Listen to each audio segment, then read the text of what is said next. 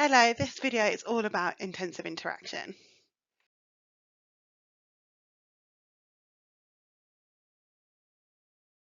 I'm Sophia, I'm one of the specialist teachers on the AS team. My background is mainly specialist and I have experience teaching a wide range of needs. So you may find yourself on this video because you've seen intensive interaction in a speech and language care plan, or it's been a recommendation from us, or you've done some research and you think that intensive interaction could be useful for a child or group of children you're supporting. So an overview of what this video is going to look at. We're going to look at the child development, how it relates to intensive interaction, the theory behind intensive interaction, what is intensive interaction, how to record sessions and a child's reaction, and then some additional links and resources. So we're going to start off looking at the theory behind intensive interaction. With intensive interaction, it's really important to know the theory behind it, because when you're doing it and you're looking at a child's response, it's useful to have the meaning behind why we're doing it. So we're going to start off looking at neurotypical babies. So from the beginning, babies learn who they are through responsive relationships. When a baby sneezes, an adult says, "Bless you." And then that's sort of a cycle. And when a baby burps, someone rubs their back, or when a baby cries, we often pick up the baby. Each one of these responses are the same, and it sends a message that I can see you, you matter, your actions have meaning. Over time, this back and forth continues. So, for example, the baby smiles, the adult smiles back, and the cycle repeats. And often, as humans, when a baby's smiling or laughing, we want to do the action that we did to make that baby laugh and smile again and again. And that creates a baby's sense of self. And that's built through consistent responses. So now we're going to have a think about what happens if a baby has additional needs. Babies with additional needs may cry more, respond differently, or give fewer clear signals. If their cues or signals are misunderstood or delayed, the responses they may receive are inconsistent or less frequent. Instead of learning "I am understood," the baby may learn "my needs are confusing," or "I have to be tried harder to be seen." So, for example, a blind baby. If a blind baby yawns, the reactive response, the adult copies the facial expressions and smiles. The baby misses the interaction because they can't see that interaction. Or if you've got a baby with autism, a baby cries, which is a reactive response. The adult picks up and cuddles the baby. The baby is overwhelmed, which takes them longer to process the adult picking them up and cuddling, or this heightens them due to the sensory input. And by the time they process this interaction, it has finished and the adult has moved on. So we know that interactions and experiences we have as babies influences the interactions that we have as toddlers, as children, and as adults. So looking at this diagram, this was taken from Jordan at sensory class, so that's why it may look familiar to you. These are inner world behaviours, and you may have children that you support that have these behaviours and do these behaviours. So these are self-confirming stimming behaviours. So for example, spitting, chewing, tiptoe walking, teeth grinding, humming, rocking, smearing, flapping. These are all stimming, self-confirming behaviours because it offers control and predictable, and it's safe for them, and it gives them a do it again, feel good feeling. So often these behaviours, they are really repetitive and you'll see them all the time. You may see them when a child is anxious or a child is excited or getting a little bit stressed. So they can be used in different ways, and it varies from child to child. And these behaviours confirms to them, their existence, and it's important for the sense of self. So when you're seeing these inner world behaviors, the first thing to have a think about in terms of interaction, intensive interaction, is looking and saying, instead of saying stop, is there an opportunity to connect here? Obviously, if these inner world behaviors are dangerous to themselves or you, then obviously that's not going to be the time for connection and interaction. But for example, humming, flapping, um, tiptoe walking, there could be times to interact, but obviously spitting, self-injury, smearing, that's not going to be the time to interact. So we need to look at what confirmation children and young people are seeking through these inner world behaviors. How I imagine it is the child, young person, is in the inner world, and us as teachers, as support staff, as parents, um, possibly some peers, are on the outer world. And intensive interaction is the ladder between the inner world and outer world. So how could you offer similar confirmation to help them build a bridge to the outer world? A confirmation that is motivating and inspiring, an interest in connection, self-involved behaviour becomes an opportunity to build a bridge. And this is the reason for intensive interaction. So intensive interaction is used for those early stages of communication and interactions. And the aims of intensive interaction is to enjoy being with another person, to develop the ability to attend to that person, to develop the young person's ability to initiate communication, to learn through sequences of activity with another person. It can be used for taking turns in exchanges of behaviour, to share personal space, and it can also be used to work on eye contact, facial expressions, physical contact. It can also be used to understand and use other nonverbal communication, and to use vocalizations with meaning. Intensive interaction can be quite difficult to understand or know what to do without seeing it. And with intensive interaction, it can be sort of that light bulb moment of when you're in that interaction or when you're watching that interaction as, oh, this is what it is, this is what communication is, this is what those interactions are.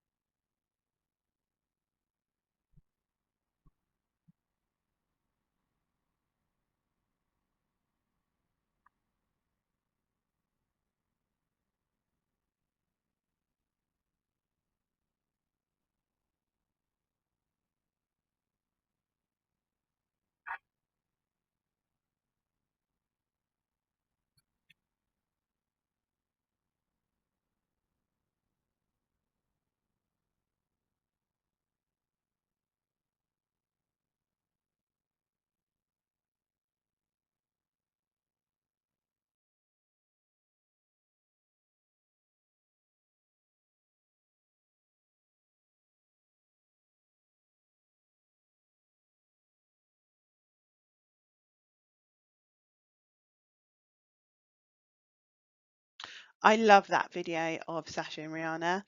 You can just see how enjoyable Sasha is finding that interaction, and you can see his confidence is just developing through that interaction. So it started off very much with his inner world behaviors of tapping, shaking his head, and by the end you could see he was using his voice for vocalizations and prompting those interactions from Rihanna. Rihanna, who's the adult in the video, was really great. She very much let the child led, and that is the main thing with intensive interaction. It's very much child led, and we often think when we're interacting with a child or young person that necessarily doesn't want to interact to start with, we often go in and we want to force that interaction. But with intensive interaction, you can't do that. You've got to let the child come to you. You've got to get the child used to being in their space. So intensive interaction can be broken up into stages. So this is our stages handout progress tracker that I will share with you at the end. I like having intensive interaction broke down into stages because I think from an education standpoint, it's good to show progress. It's good to look to see where children are. It can be used as evidence towards annual reviews, towards their speech and language care plan targets. So I often find it useful for looking at stages. But we know our children and young people, it's not strictly linear, so you won't often find a child on stage 1 and progress to stage 7. They might start on stage 1 and then you might see some progress for a couple of weeks, and then it might be a really stormy day, they're struggling with regulation, so then you might find for another week they're back at stage 1. So it's not linear. So the stages of intensive interaction, it starts off with encounter, which is those really early stages of just being with another person, with having another person in close proximity of them, or even just to notice they're there. Then it works through awareness, attention and response, engagement, participation, involvement, until stage 7's beginning of symbolic communication. So that might be communicating through symbols, through gesture, through verbalizations, through words. So Sasha, if we're thinking about Sasha, he falls within, I would say, stage 4, possibly beginning stages of a stage 5, because he was engaging in simple turn taking. So he was shaking his head, then Rihanna was shaking his head, and then he was shaking his head again. He was waiting and responding for that engagement. And then with stage 5, participation, he was making a wild range of sounds and expressions, and he was initiating those interactions. So at the end, he put his hand to Rihanna near her face to make her do it, the next thing. Engagement model can also be a way of recording intensive interaction. If you have a child that needs intensive interaction who's working on the engagement model, this can form part of their curriculum. It meets those communication and interaction outcomes. So we're going to further look at Sasha and Rihanna's interaction and looking how that fits in within the engagement model. So this is an engagement model observation, which is forming part of Sasha's curriculum. It's meeting her communication and interaction outcomes. So we've got our target there, which is intensive interaction focused. And then it's got the activity, and you can see the time of this activity. It was a 10-minute interaction, so that was the bit that was recorded. As you can see, Sasha scored quite highly on exploration, realization and anticipation. He scored 3 in those areas, 3 out of 4, so he scored quite highly. So there's a what happened section. So that's recording what happened during those interactions. It's really important when you're recording intensive interaction sessions, you're writing notes, observations, to do that after the interaction and not during. So when you're in the interaction, that you need to be fully present, you need to be all in, and you need to be fully engaged with that child and young person. A school I used to work at used to record us in intensive interaction sessions with a school iPad, with that child and young person, for us to reflect on after. It was horrible during the time because I hated being recorded, but it was really useful in seeing that child or young person's inner world behaviours, and picking up on things that I necessarily wouldn't have seen during that interaction. So then the next time I do the interaction, I can pick up on that inner world behaviour and copy that behaviour. So, and the last section is possible future interventions. So this is what will you do next time. So it could be moving to a different room because there were too many distractions in the room that you're in during that interaction. It could be sensory preferences, so it was too noisy. It could be that it worked really well, no change needed. And for persistence, Sasha scored 3, and initiation, Sasha scored 2. So Sasha was mostly in the mostly sustained engagement, with partially sustained for initiation. If you're still unsure, drop us a line and we can come and model this with your students, as it looks different for everybody. Here are some useful resources and links. So there's the Intensive Interaction website, and there's a couple of books there that are really useful if you want to know more. Here are some more links of some useful resources. YouTube is really great for looking at interactions. If you want to look at any more, there's a couple of intensive interaction groups on Facebook. If you're a parent, there's a parent group, and then there's Facebook and Instagram as well. As mentioned earlier in the video, we do have a couple of documents just to support you with implementing intensive interaction. So the first document is the intensive interaction, sort of a how-to guide, and then we've got the intensive interaction progress tracker, which is the chart that I showed earlier, and then it also has some sheets where you could record the interactions as well. These are available on our Padlet. This is a link to our Padlet. If you search intensive interaction, those documents I just showed on the previous slide, you'll find them there. And please subscribe to our YouTube channel. If you'd like to contact us, this is our email address. As mentioned earlier, if you do want any further support, training around intensive interaction, please drop us a line.